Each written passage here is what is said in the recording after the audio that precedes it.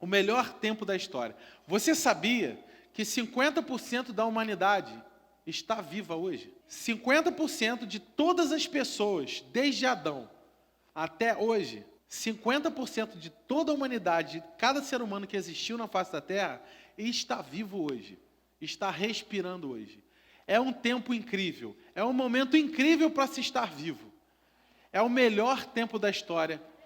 Eu quero dizer para você que eu tenho razões para acreditar que essa é a melhor hora de se viver o Evangelho. Esse é o melhor tempo para viver a sua vida. Eu tenho razões para acreditar, existem razões para que você acredite, e eu vou provar isso essa noite.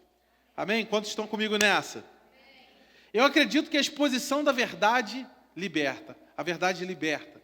Eu acredito que a renovação da mente desbloqueia novas realidades. Eu acredito que você pode sair dessa noite aqui recarregado, encorajado, renovado. Quantos creem? Isso pode acontecer, isso está iminente. Eu acredito que dentro de alguns instantes, você vai sentir um fôlego de vida soprando sobre você. Eu declaro que já começou a acontecer em nome de Jesus. Existem momentos da nossa vida, da nossa história, que se tornam experiências.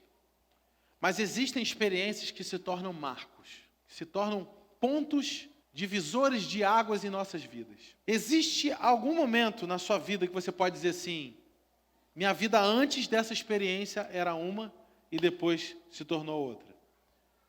Existe? Você consegue lembrar de algumas situações dessas? Eu vou te ajudar com 4 ilustrações. Por exemplo, a habilitação. Você entra numa autoescola e você começa a viver um processo que é meio angustiante, né? Quem já passou por autoescola aqui? Né? Você tem uma série de aulas para cumprir, eu acredito que 30? Alguém pode me dizer? 45 aulas. Isso meio que... Você olha para o desafio e você fala, caramba, ainda falta bastante. E ainda tem as aulas práticas, tem as aulas teóricas, e você vai praticando, vai exercitando, e tem provas, e muitas pessoas não passam na primeira prova. Eu não passei na minha primeira prova. Eu estava bem preparado, eu já sabia dirigir, mas eu entendi que esse método aí de habilitação aqui no Brasil serve para que você aprenda a passar na prova, não necessariamente aprenda a dirigir, não é? E eu estava ali me sentindo preparado, e eu fui ali para a região da Ipu, aquele monte de gente, de manhã, aquele nervosismo no ar, no ambiente, e de repente eu entrei no carro, e assim que eu entrei no carro, eu sentei no banco,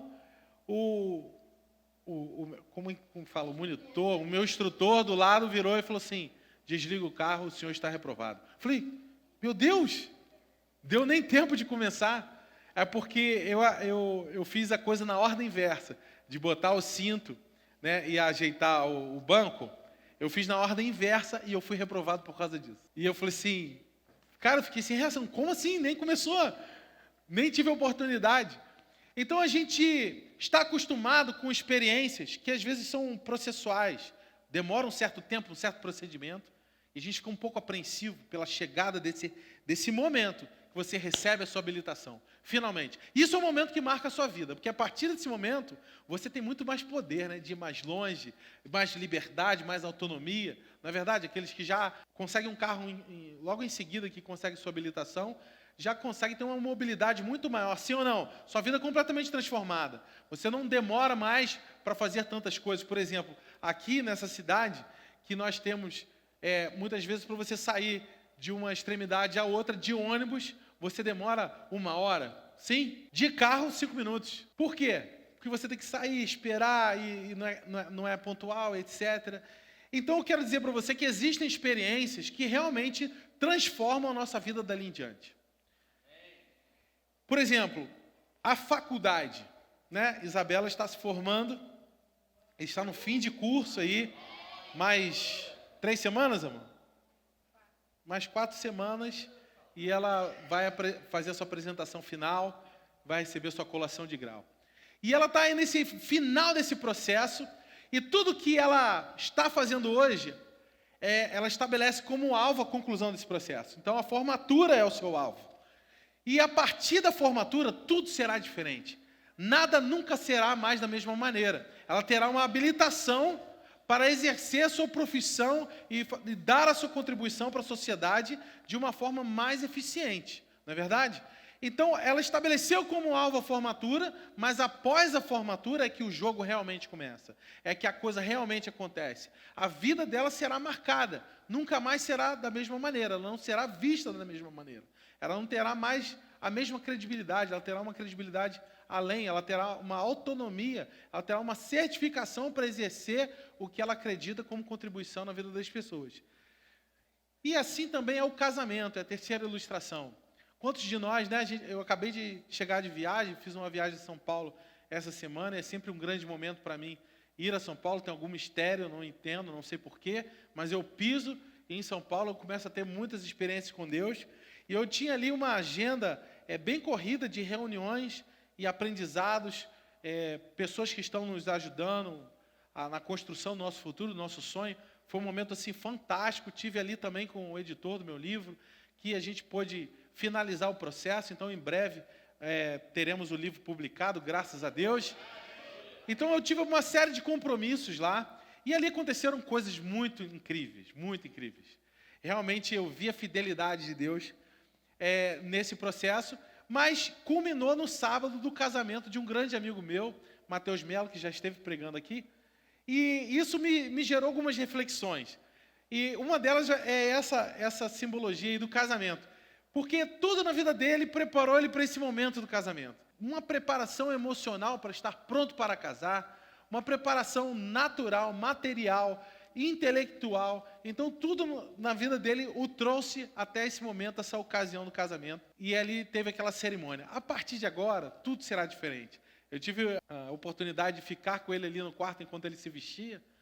E eu falei assim, Matheus, você vai para as melhores férias da sua vida, com a pessoa preferida da sua vida, para um lugar incrível, para as melhores férias, com a maior quantidade de recursos que você já teve na sua vida.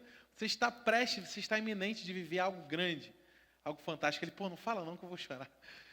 E ele já estava preparando, né, com aquela expectativa para o casamento. Mas a grande realidade é que a partir do momento do sim, tudo se tornará diferente. A maneira dele conduzir, especialmente que a noiva dele morava a 3.000 quilômetros de distância, né? Ele residente em Campinas e ela em Belém, né? Ele pastor em Campinas e ela pastora em Belém. E se namora à distância. E finalmente agora a vida dele será completamente diferente. Porque ele tinha um alvo, o casamento. E a partir de agora eles não terão uma distância. Caminharão juntos, estabelecerão seus ministérios juntos. Antes igrejas separadas, agora com o mesmo foco, a mesma visão, o mesmo ministério. Olha que fantástico. E o último exemplo que eu quero dar é o primeiro filho. Tudo muda depois do primeiro filho, não é verdade? Suas prioridades mudam, sua rotina muda. O seu tempo de sono, a duração do seu sono muda. Né? A maneira com que você gasta os seus recursos muda. Tudo muda. Tudo muda depois da chegada do primeiro filho. Então existe, antes desse evento, que se tornou uma experiência, antes dessa experiência se tornou um marco, existia uma preparação, tudo culminava, tudo direcionado a preparar o quartinho, a fazer um enxoval. Eu me lembro da época que Isabela começou a preparar um enxoval, a minha sogra, ali, então, elas foram montando kitzinhos, né, para o dia 1 de vida, né, da Daça. Aí tinha lá um kitzinho com uma roupa, com meia, com, né, tudo preparadinho. Aí tinha um kitzinho para o dia 2. Então, existiu toda uma preparação, todo um investimento que antecedeu aquele grande evento. Mas após aquele grande evento, tudo mudou. E hoje eu quero contar para você um acontecimento que dividiu a história da sua vida. E que você, muitas vezes, nem sabe direito. Se não dividiu ainda, a história da sua vida vai dividir hoje. Esse acontecimento é a cruz. Na história, na narrativa bíblica, existiram várias coisas que prepararam o evento da cruz, que anunciaram o evento da cruz, que revelaram o teor da cruz. Na cruz nós temos a nossa vida plena. O ser humano ele nasceu para ser pleno, e a cruz é a maneira da gente ser restaurado. A obra consumada na cruz, aplicada ao corpo, alma e espírito, é o que nos torna plenos. O vazio que o ser humano tem, a necessidade de propósito, está na cruz. A vida plena que nós ansiamos e desejamos está na cruz. A cruz é o acontecimento mais importante da história. Quando eu digo cruz, eu não me refiro à morte, mas à ressurreição de Jesus. Ser cristão é, na verdade, viver a partir da cruz. Eu quero ler com você Gálatas 2, de 19 a 21. A 22, 19 a 22. E eu gostaria de te contar com a sua atenção. Vamos lá. Explico o que aconteceu comigo. Palavras do apóstolo Paulo. Tentei guardar regras e me esforçar para agradar a Deus, mas isso não funcionou. Então desisti de ser um homem da lei para me tornar um homem de Deus. A vida em Cristo me mostrou como fazer isso e me deu capacidade de viver assim. Eu me identifico totalmente com Ele. De fato, eu fui crucificado com Cristo. Meu ego já não ocupa mais o primeiro lugar. Repete comigo. Meu ego já não ocupa mais o primeiro lugar. Continuando. Pouco me importa parecer justo ou ter um bom conceito diante de vocês. Eu não estou mais tentando impressionar Deus. Agora, pois, Cristo vive em mim. E a vida que eu vivo não é mais minha, mas é vivida pela fé no Filho de Deus, que me amou e se entregou por mim. Eu não volto mais atrás. Não está claro que voltar para a velha religião de guardar regras e agradar aos outros é abandonar a vida de relacionamento com Deus? Eu não posso desprezar a graça de Deus. Se é possível ter um relacionamento vivo com Deus, apenas guardando regras, então Cristo morreu em vão. Gálatas 2, de 19 a 22. Olha que interessante. A vida plena do cristão, ela é vivida a partir da cruz. Quantos entre nós não declaram, olha, eu sou cristão, eu creio em Jesus? Quantos entre nós frequentam o culto, frequentam células, frequentam Connect, frequentam grupos de discipulado? Quantos de nós participamos, nos envolvemos em ministério? Mas eu tenho percebido, e hoje é uma noite que algo vai mudar significativamente. Eu tenho percebido que muitas pessoas não vivem suas vidas a partir da cruz. Esse é o problema que nós temos hoje. Muitos vivem sem considerar a cruz. Vou dar um exemplo para você. Vamos supor que você me diga o seguinte: Isaac, eu quero te dar um presente. Eu vou te dar um iPhone. E aí eu falo, pô, legal, amém, eu recebo. E aí, você vai, compra e me dá esse iPhone, ok? Você me deu um presente. E aí eu pego esse presente e deixo ele guardado dentro da caixa, no meu guarda-roupa. E eu continuo andando no meu dia a dia, e a pessoa tentou entrar em contato comigo, você tenta entrar em contato comigo, você fala, não consegui falar com você. Aí você fala, pois é, eu estou sem celular.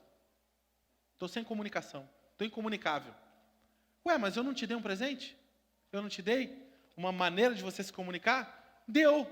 Mas sabe o que é? Que eu estou trabalhando, eu estou economizando, eu estou juntando porque eu preciso comprar um celular. Ué, mas eu não acabei de te dar o celular? Não, sim, você me deu, mas é seu. Você pagou, você comprou, está lá guardadinho. Um dia eu te devolvo.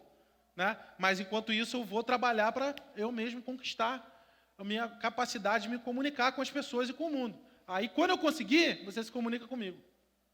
Ué, mas não estou entendendo, cara. Então, comprei à toa, gastei meu dinheiro à toa, joguei meu dinheiro fora.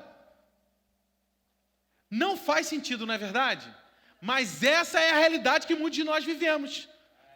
Algo já foi liberado sobre nós. Algo já está disponível para nós. Algo foi conquistado e custou caro. E a gente não está acessando, não está se comunicando com Deus como poderia, não está vivendo. E o que eu estava ontem... o motorista do Uber, a gente conversando sobre tecnologia, sobre os aplicativos, porque eu estava num lugar muito remoto, muito longe, e ele chegou rapidão. Ele falou, cara, eu vim trazer um cara no sítio do lado, e na verdade para mim demorou, dentro do meu planejamento, mas diante do contexto, ele chegou bem rápido. Ele falou, eu vim trazer alguém aqui nesse bairro. Se não fosse eu, você com certeza não teria como se deslocar daqui, porque ninguém viria aqui te buscar, por ser longe, por ser estrada de chão e etc. E aí a gente ficou conversando sobre tecnologia, e durante o papo ele falou assim, cara, imagina hoje a nossa vida sem celular. Como que a gente se acostumou com essa facilidade. Né? Eu não lembro nem quantos anos faz que eu não entro na lotérica, né? Que é tudo feito pelo celular. Então, como que a nossa vida hoje é assim, prática, rápido, por causa do celular?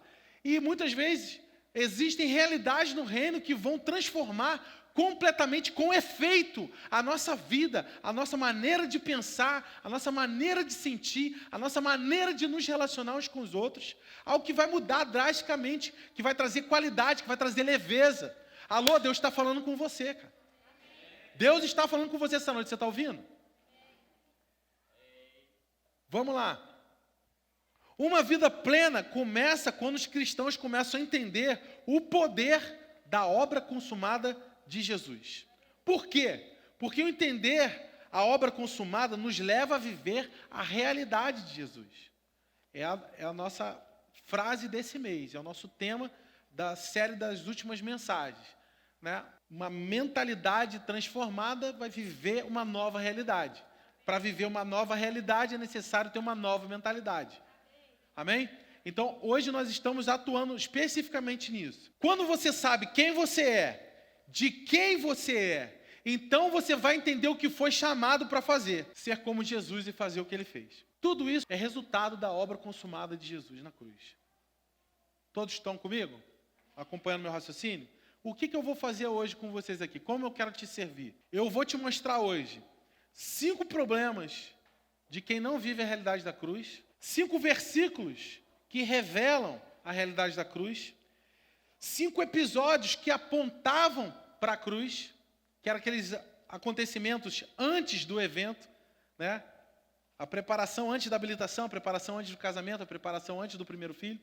Então, existe na Bíblia eventos que aconteceram preparando, apontando, e eu vou apresentar para vocês 5 episódios que apontavam para a cruz, e eu vou apontar para você 5 estatísticas que comprovam que o reino está avançando hoje. Este é o melhor tempo da história. Eu preciso que você me ouça. Este é o melhor tempo da história. E tem gente vivendo como se fosse o pior. Este é o melhor tempo da história. A Bíblia inteira, tudo que aconteceu ali, as pessoas aguardavam por este tempo que eu e você estamos vivendo. Este é o melhor tempo da história. E eu vou provar isso essa noite. Vamos lá, eu vou começar pelos 5 versículos que revelam a obra da cruz. Gálatas 2:20, que é o último versículo dessa sequência de versículos que eu acabei de ler. Já estou crucificado com Cristo, não vivo mais eu, mas Cristo vive em mim. E a vida que eu vivo a partir de agora, eu vivo na carne. Não a vivo na carne, vivo pela fé no Filho de Deus, o qual me amou e se entregou a si mesmo por mim. Então, como viver a partir da cruz? Fé. Fé em quem? Fé no Filho. Fé na herança. Fé nos benefícios do que ele conquistou por mim. Segundo ponto, 2 Coríntios 5,15. Ele morreu por todos, para que os que vivem não vivam mais para si, mas para aquele que morreu e ressuscitou. Então, perceba, antes da cruz as pessoas viviam para si, respeitando, observando regras, mas vivendo para si. Disciplinados e contidos, gerenciados, articulados por regras, para ter uma boa convivência. Mas a partir da cruz, nós não vivemos mais para si, vivemos para Ele. Então a primeira marca de uma pessoa que vive a partir da cruz é fé. A segunda é que não vive mais para si. Terceiro, 1 Pedro 1:18-21. Pois vocês sabem que não foi por meio de coisas perecíveis, como prata ou ouro, que vocês foram redimidos, mas pelo precioso sangue de Jesus, como de um cordeiro sem mancha e sem defeito, conhecido antes da criação do mundo, revelado nos últimos tempos em favor de vocês. Antes da criação do mundo, já era anunciado o sacrifício de Jesus. A obra da cruz já era anunciada antes da criação do mundo. Percebe? É quando você descobre o seu primeiro filho, que você recebe ali na ultra um relatório, né, um laudo. Ó, um bebê, como é que chama? Um embrião de 2 semanas, de 4 semanas, de 8 semanas. Você recebe ali um atestado, olha, anunciado, aquilo que vai acontecer.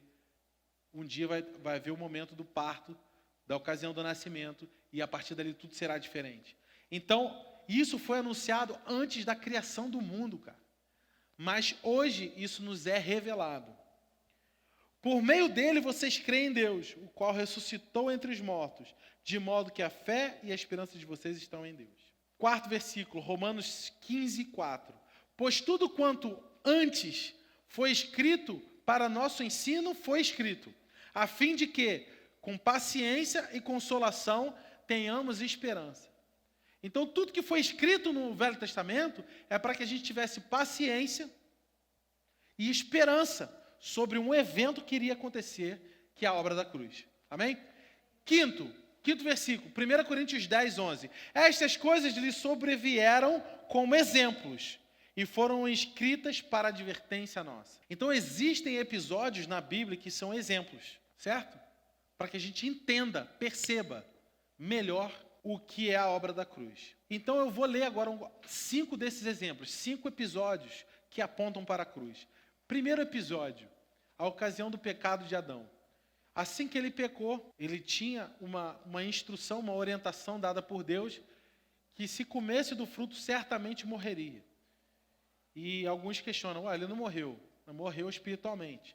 Porque a Bíblia fala que todos foram destituídos da glória de Deus. Todos pecaram e foram destituídos da glória de Deus. Então, no momento em que Adão pecou, ele foi destituído da glória de Deus. E nesse momento, ele por ser despido da glória de Deus, ele se viu nu. Uma pequena reflexão. Às vezes as pessoas têm uma necessidade muito grande de se vestir naturalmente de marcas, acessórios, etc. Por que será?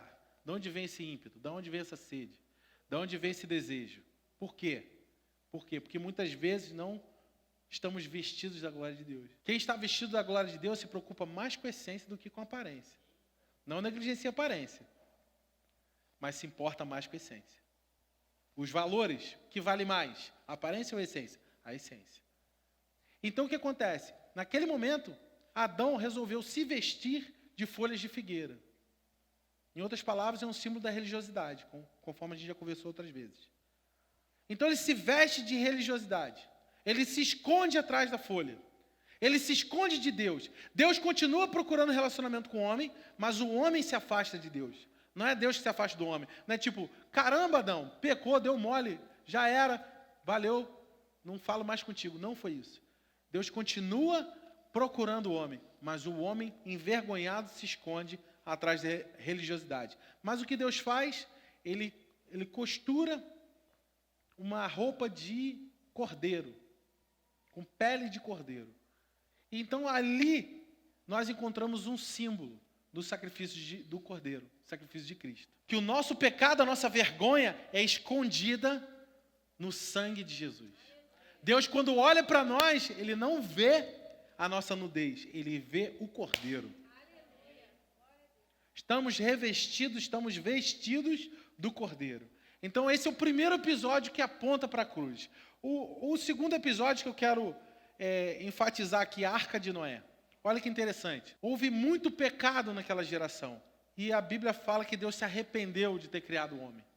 Olha que louco. Era tanto pecado que Deus se arrependeu.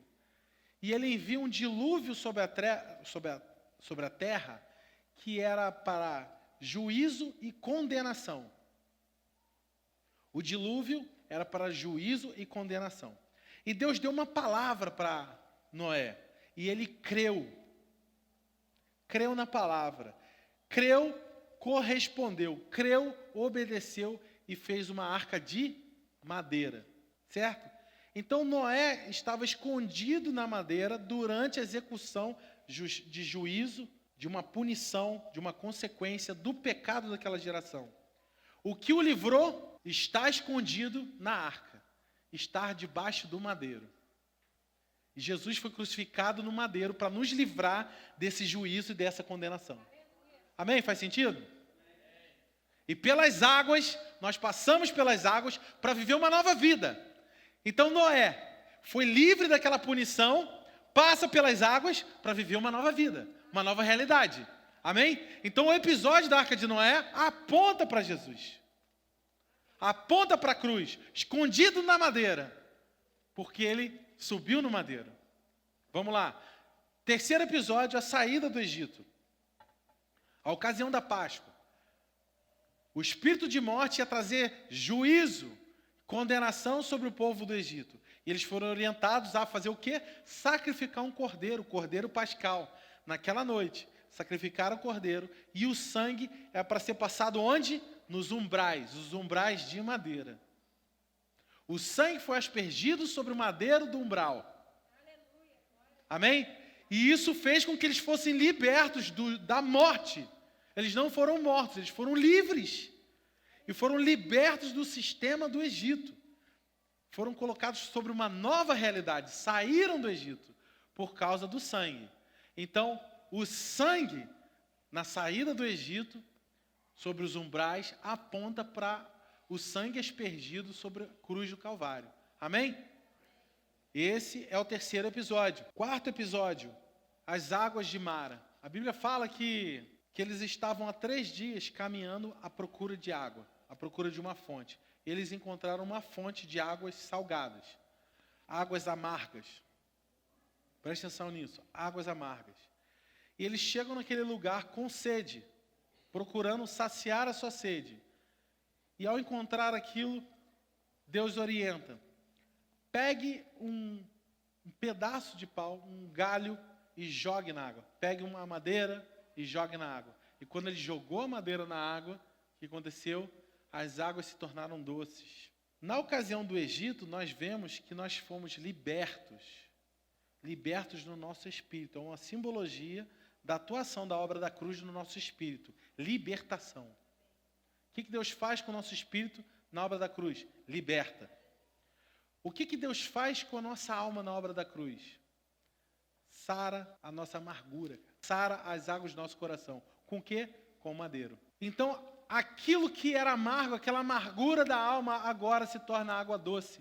Ou seja, pessoas que se tornam amargas são insaciáveis. Vive com sede, vive reclamando, vive faltando. Mas pessoas que são alcançadas pela obra da cruz, na sua alma, tem a sua alma salva. Vive uma nova realidade, uma realidade de doce, onde a sua sede interior é saciada em Cristo. Amém? Quinto episódio, a serpente levantada no deserto. Quantos conhecem esse episódio? Houve um episódio que o povo novamente pecou. E o resultado disso é que surgiram serpentes no meio do povo que picavam as pessoas e eles ficaram enfermos. Enfermidade para a morte. E aí Deus deu uma orientação, uma instrução para Moisés e falou: construa uma serpente. Construa e levante uma serpente. Grande, gigante. Então você imagina um monumento de uma serpente. E todo aquele que olhar para a serpente será curado. Jesus fez menção a essa passagem quando ele disse: importa que o Filho do Homem seja levantado como a serpente foi levantada por Moisés no deserto. Por quê? Porque quando nós olhamos para a cruz, nós enxergamos o que nós merecíamos. O castigo que nós merecíamos. O castigo que o meu pecado merecia, eu olho para a cruz e eu vejo, é lá que eu tinha que estar. Mas esse é um símbolo da redenção da obra da cruz no nosso corpo. Ele traz cura. Quando olhamos para a cruz, ela nos traz cura. Pelas suas feridas, nós fomos sarados. Então, a serpente mordia o tornozelo, né? Feria as pessoas, picava as pessoas. E hoje, pelas feridas de Jesus, nós fomos sarados. Então, Ele tomou o nosso lugar. O castigo que eu e você merecíamos está sobre Ele. Você quer ter uma vida de libertação no espírito, salvação na alma e cura no corpo? Só tem um jeito. Essa era a mensagem no Antigo Testamento, para as pessoas que estavam debaixo da antiga aliança. Só existe um jeito de você ter uma vida plena, na esperança do que virá. Era essa a única maneira de viver a realidade de Deus para aquela geração. Era na esperança do que virá. E quem acessava pela fé, desfrutava daquele benefício. Desfrutava dessa vida, de uma vida incrível. De uma vida, por exemplo, Davi, pela fé, ele acessou. E ele entrou no tabernáculo, desfrutou da presença de Deus, que só estava reservada na nova aliança. Então ele de antemão, pela fé, acessou essa realidade. Por quê? Porque todos na antiga aliança eram chamados a viver em esperança. Repete comigo, viver em esperança. Mas todos que estão na nova aliança são chamados a caminhar em fé. Antiga aliança, esperança. Um dia vai acontecer um evento. Nova aliança, já aconteceu um evento. Agora eu vivo pela fé no que aconteceu. Não vivemos agora pelo que vai se manifestar, mas por aquilo que já se manifestou. Este é um dos pontos principais dessa mensagem hoje. Preste atenção. Porque muitos de nós não conduzimos a nossa vida a partir da cruz. Nós continuamos aguardando a manifestação de algo. Nós continuamos vivendo em esperança quando deveríamos caminhar por fé. Entenderam? Não vivemos mais aguardando a manifestação de alguma coisa. Já foi manifesto. A gente foi viajar essa semana e eu pedi a Isabela para orar no carro. Eu pedi a Isabela para fazer uma oração pela viagem. E eu me recordo que diversas vezes eu falava com ela assim, não, Isabela, o jeito é esse aqui. O jeito é esse aqui. Que a oração da nova aliança é o seguinte, obrigado, Pai, porque você supre as nossas necessidades em glória. Obrigado, Pai, porque você envia os teus anjos para nos guardar. Obrigado, Pai. Então eu já não preciso pedir o que já foi me entregue. Está entendendo? Eu não preciso lutar, me esforçar pelo iPhone, quando eu já recebi ele. Então a oração, agora que eu vivo a partir da cruz, é a oração de gratidão. Eu caminho em louvor. A pessoa que está aguardando alguma coisa acontecer, muitas vezes se entrega à murmuração. Poxa, não está acontecendo. Está demorando. Então os lábios da pessoa é uma atitude de murmuração para comunicar reclamação. Enquanto deveria ser uma atitude de gratidão para viver em adoração. Estão me entendendo? A vida hoje não vivo mais eu, mas vivo pela fé no Filho. Eu quero te servir essa noite. Nós não vivemos mais aguardando algo se manifestar.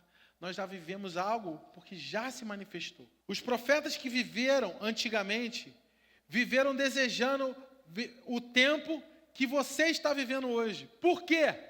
Porque você vive após a vinda, morte e ressurreição de Jesus. Olha o que diz em Hebreus capítulo 11. Quantos conhecem esse capítulo? Hebreus capítulo 11. É conhecido como o capítulo dos heróis da fé. Pela fé. E aí, todos os versículos começam assim. Pela fé. Pela fé.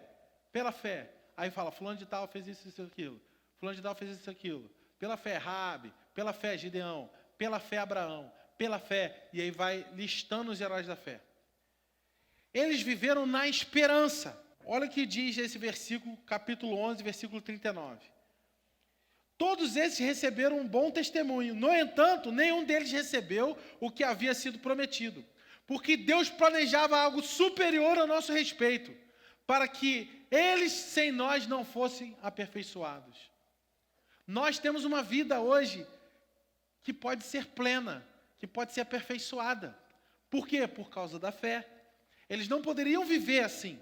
Eles tinham que viver na esperança de que viria um dia. Mas agora nós vivemos a partir do que aconteceu um dia. Infelizmente, muitos de nós diminuem o sacrifício de Jesus e limita assim o seu poder na nossa vida. A pergunta que você deveria se fazer hoje é: o que Jesus já conquistou para mim hoje? Eu estou enfrentando um desafio. O que Jesus conquistou para mim nesse desafio que eu estou enfrentando? Então, hoje, eu vou listar para vocês agora 5 problemas de quem não vive a realidade da cruz. De quem não conduz sua vida a partir da cruz. Uma delas é a ansiedade. Mateus capítulo 6. Não andeis ansiosos pelo que haveis de comer ou vestir, pois vosso Pai está nos céus, sabem que vocês precisam dessas coisas. Não vivam como gentios, que correm atrás dessas coisas. Olhem para as aves. Elas não semeiam e não colhem, contudo o Pai do céu as sustenta. Olhem para os lírios do campo, nem Salomão em toda a sua glória se vestiu como eles. Mateus capítulo 6. E então o que acontece?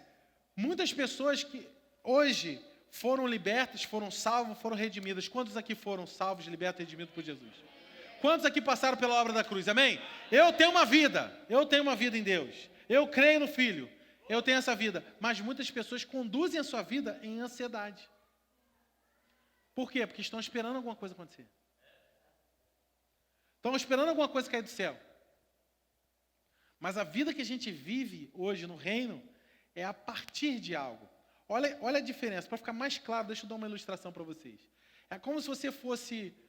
Existe uma diferença de atitude incrível entre a pessoa que vive e compra no crédito para a pessoa que compra no débito.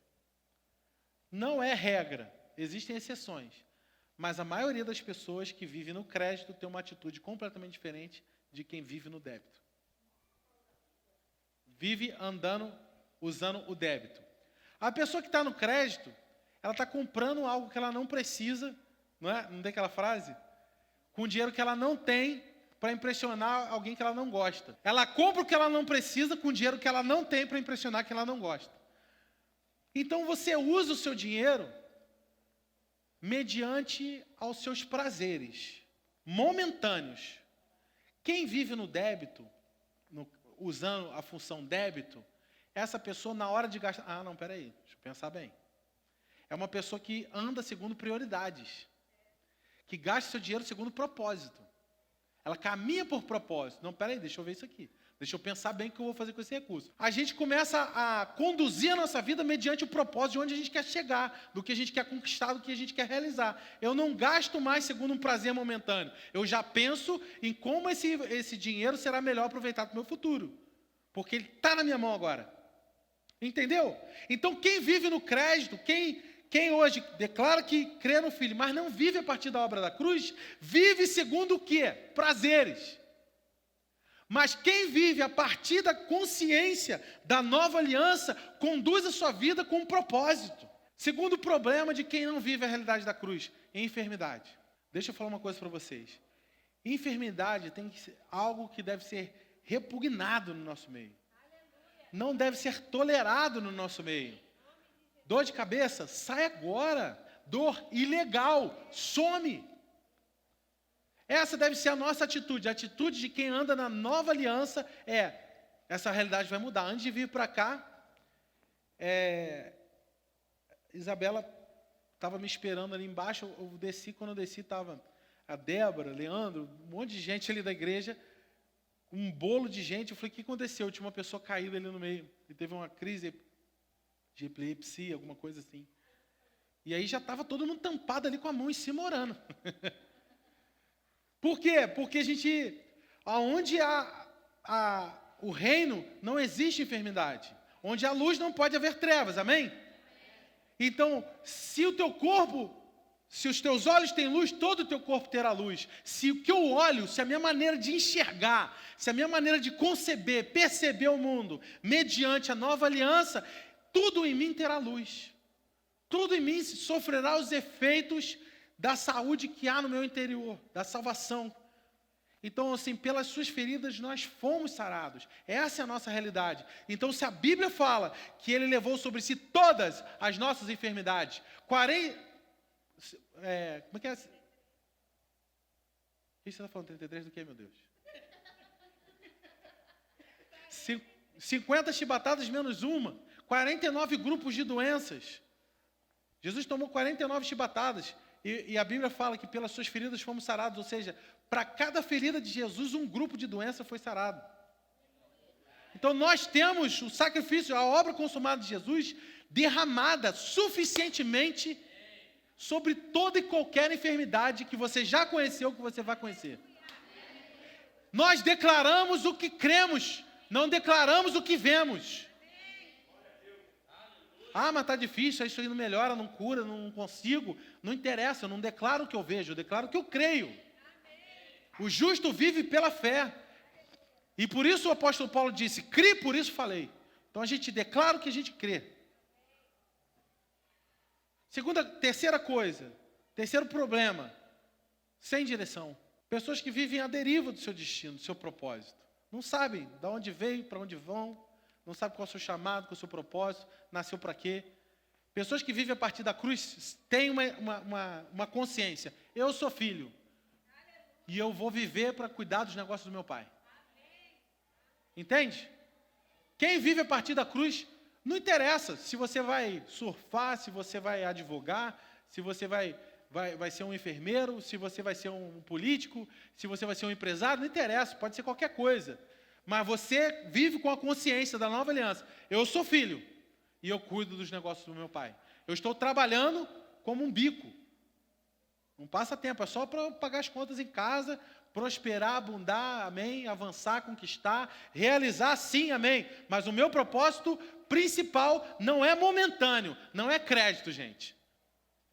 É débito aqui, ó, é agora, é dinheiro vivo, é viver por propósito. Quarto problema de quem não vive a realidade da cruz, se sente incapaz. Eu não consigo. Quem vive a partir da realidade da cruz? Tudo posso naquele que me fortalece. Esse poder que ressuscitou Jesus entre os mortos habita em mim. Esse mesmo poder atua em mim, opera através de mim. Então, eu vou impor as mãos sobre os enfermos, eles serão curados. Não existe mais incapacidade. Ah, mas essa montanha é muito alta. Eu tenho um grão de fé. Montanha, pula. Sai fora, sai da frente. Porque nós caminhamos pela fé. Amém? E o quinto ponto é a amargura de quem não vive a realidade da cruz. Vive com amargura. Vive com falta de perdão. Por quê? Porque para uma pessoa que não vive mediante a realidade da cruz tem tanta dificuldade de perdoar?